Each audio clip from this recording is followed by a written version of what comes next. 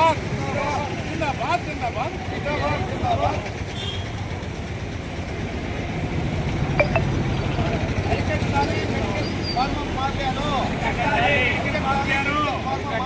అరికట్టాలి మెడికల్ మాఫియాను అరికట్టాలి మెడికల్ మాఫియాను అరికట్టాలి మెడికల్ ఫార్మా మాఫియాని అరికట్టాలి మెడికల్ ఫార్మా మాఫియాని వ్యతిరేకించండి మెడికల్ కాలేజీ ప్రైవేటీకరణను వ్యతిరేకించండి మెడికల్ కాలేజీల ప్రైవేటీకరణను వ్యతిరేకించండి మెడికల్ కాలేజీల ప్రైవేటీకరణను అరికట్టాలి మెడికల్ ప్రైవేట్ ఆసుపత్రుల్లో ప్రభుత్వ హాస్పిటల్లో జరుగుతున్న అవినీతిని.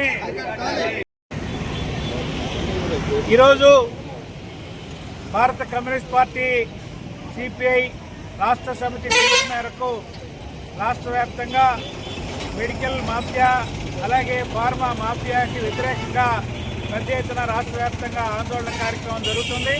అందులో భాగంగా ఈరోజు ఒంగోలు కలెక్టర్ కార్యాలయం ముందు ఈ ఆందోళన కార్యక్రమం జరుగుతుంది. ఈరోజు రాష్ట్రంలో మెడికల్ మాఫియా తీవ్రమైన దోపిడీకి పాల్పడుతున్నది. ఫార్మా మాఫియా రోజు రోజుకి ప్రజల్ని జోబులు కొట్టే పనిలో ఉన్నది. అలాగే ప్రైవేటు వైద్యశాలలు ప్రభుత్వ వైద్యశాలలో తీవ్రమైన అవినీతి దోపిడీ ఎక్కువగా ఉన్నది. దీనన్నింటినీ అరికట్టాలని అలాగే రాష్ట్రంలో ఈరోజు రాష్ట్ర ప్రభుత్వం తీసుకున్న మెడికల్ కాలేజీల ప్రైవేటీకరణ విధానం పీపీపీ విధానాన్ని రాష్ట్ర ప్రభుత్వం వెంటనే ఉపసంహరించుకోవాలని కోరుతూ రాష్ట్ర వ్యాప్తంగా ఈ పోరాటం జరుగుతుంది. ఈరోజు మెడికల్ మాఫియా ఈరోజు మందులు గుజరాత్ నుంచి లేకపోతే మధ్యప్రదేశ్ నుంచి ఇతర రాష్ట్ర రాజస్థాన్ నుంచి ₹1,00,000 మెడికల్ మందులు కొంటే ఆ మందులు ఈరోజు ఆంధ్రప్రదేశ్ రాష్ట్రంలో ₹20,00,000 అమ్ముతున్నారు.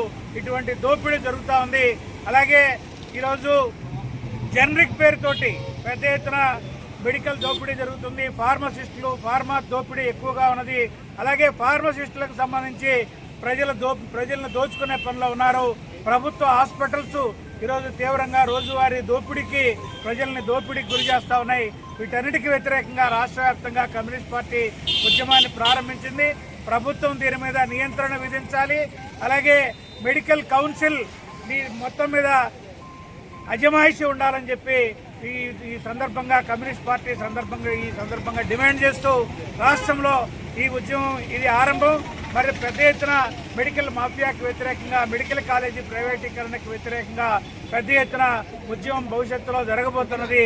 ఈ జరిగే ఉద్యమంలో ప్రజలందరూ పెద్ద ఎత్తున భాగస్వాములు కావాలని చెప్పి ఈ సందర్భంగా ప్రజానీకానికి విజ్ఞప్తి చేస్తా ఉన్నారు.